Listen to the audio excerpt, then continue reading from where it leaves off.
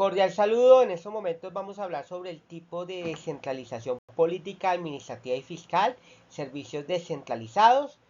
Quien le habla Juan Manuel Ducuara Ruiz de la CETAR Flandes, cuarto semestre en este curso de manera virtual. Vamos a hablar sobre la descentralización política.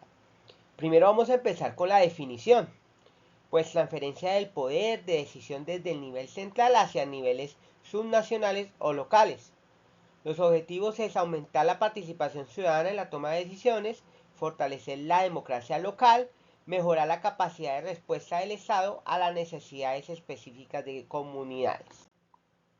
Dentro de esas formas, podemos hablar sobre la demarcación territorial, donde crean nuevos niveles de gobierno con autonomía política y administrativa, descentralizado de manera funcional, donde transfieren competencias responsables y digamos específicas de entidades descentralizadas, descentralización por participación, donde amplía los mecanismos de participación ciudadana en la gestión pública.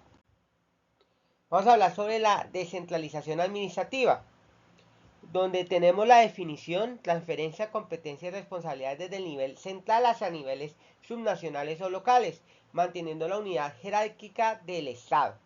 Los objetivos es agilizar la toma de decisiones, la ejecución de políticas públicas, mejorar la eficiencia y la eficacia de la administración pública, acercar la administración pública a los ciudadanos, formas de desconcentración, transferencia y competencia y responsabilidades sin modificar la estructura jerárquica de la administración pública, delegación, que es la transferencia de competencias y responsabilidades a entidades descentralizadas con autonomía administrativa. Vamos a hablar sobre la descentralización fiscal. Definición: transferencia de recursos financieros desde el nivel central hacia niveles subnacionales o locales. Para esto puede financiar sus competencias o responsabilidades.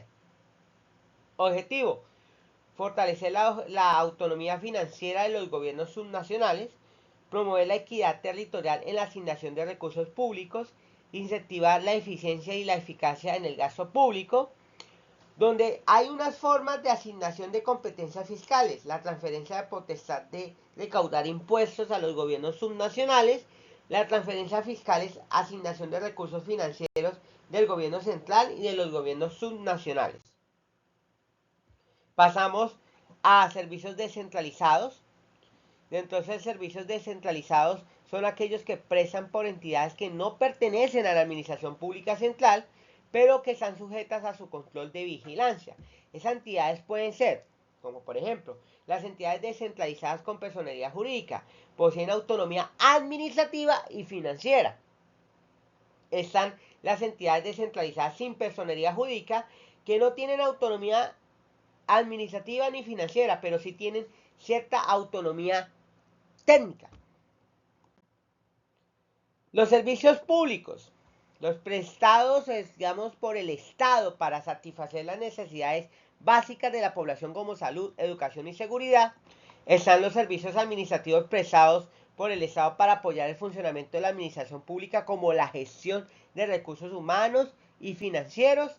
Los servicios sociales prestados por el Estado o entidades privadas con el apoyo del Estado para atender a grupos poblacionales vulnerables como personas de bajos ingresos, personas con discapacidad o personas de tercera edad. Vamos a hablar sobre los beneficios de la descentralización de servicios.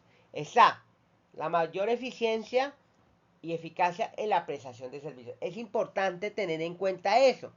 Tener mayor eficiencia y eficacia en la prestación de servicios, mayor atención a las necesidades específicas de la población, mayor participación ciudadana en la gestión de los recursos públicos, fortalecimiento de la democracia local. Es importante tenerlo en cuenta. En los desafíos está la debilidad institucional de los gobiernos subnacionales, falta de recursos financieros y humanos, desigualdades territoriales en la prestación de servicios, dificultad para coordinar y supervisar la prestación de servicios descentralizados. Muy importante tener eso en cuenta. vamos a tener como una pequeña conclusión de lo que son ese proceso de descentralización en nuestro país Colombia. Pues recordemos que la descentralización en Colombia ha sido un proceso gradual que ha tenido lugar desde la década de 1960 y se ha caracterizado por la transferencia de competencias, funciones y recursos desde el nivel central hacia los niveles subnacionales, con el objetivo de fortalecer la democracia local, mejorar la eficiencia de la administración pública y acercar a los mejor dicho, acercar el Estado a los ciudadanos. Es importante tener eso en cuenta porque pues nosotros como ya estamos estudiando y vamos a ser nuestros próximos administradores públicos, pues tener como esa eficiencia al momento de administrar lo que es los recursos públicos y acercar al Estado a los ciudadanos. Es fundamental eso. Vamos a hablar sobre los fundamentos de la Constitución, o menos constitucionales y legales de las regalías en Colombia.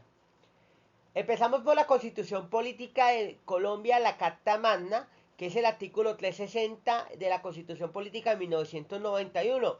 Establece que el dominio de los recursos naturales del suelo, del subsuelo y áreas marinas pertenecen a la nación. Artículo 362. Determina que la nación tendrá un monopolio sobre la exportación de los recursos naturales no renovables. Tener eso muy en cuenta.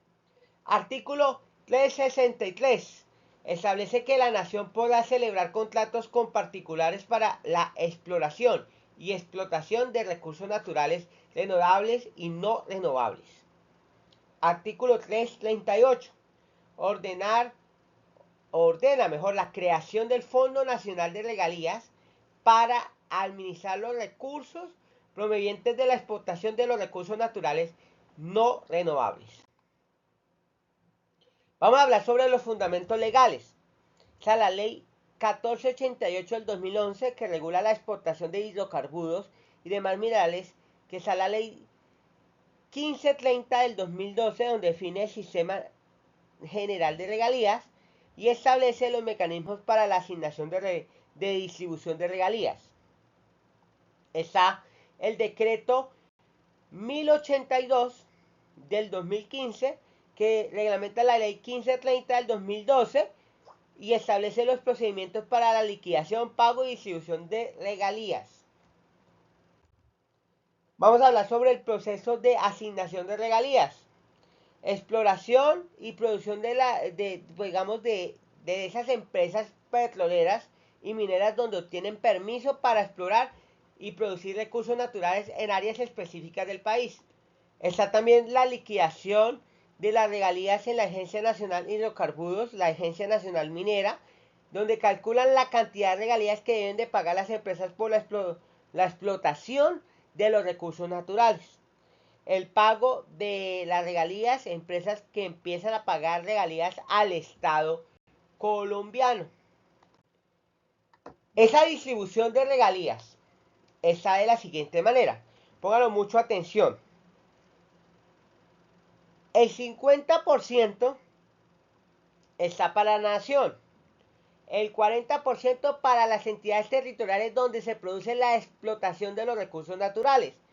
Y el 10% para la financiación de proyectos de ciencia, tecnología e innovación. Y esa importancia de regalías, oiga, tener eso muy en cuenta, que las regalías son una fuente importante de ingreso para el Estado colombiano. Esos recursos se utilizan para financiar la inversión pública en salud, en educación, infraestructura y otros sectores sociales.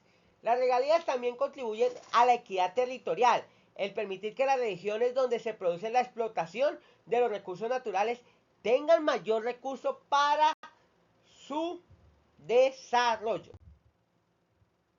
Y podemos concluir rápidamente que las regalías son una fuente importante de ingresos para el Estado colombiano. Esos recursos se utilizan para financiar la inversión pública en salud, educación y otros sectores.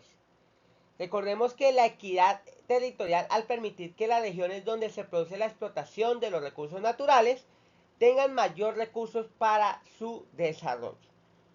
Es importante tener en cuenta esos conceptos de lo que es la regalía en Colombia. Bueno, muchísimas gracias por su atención prestada y pues nos veremos en una próxima. Gracias, chao, chao.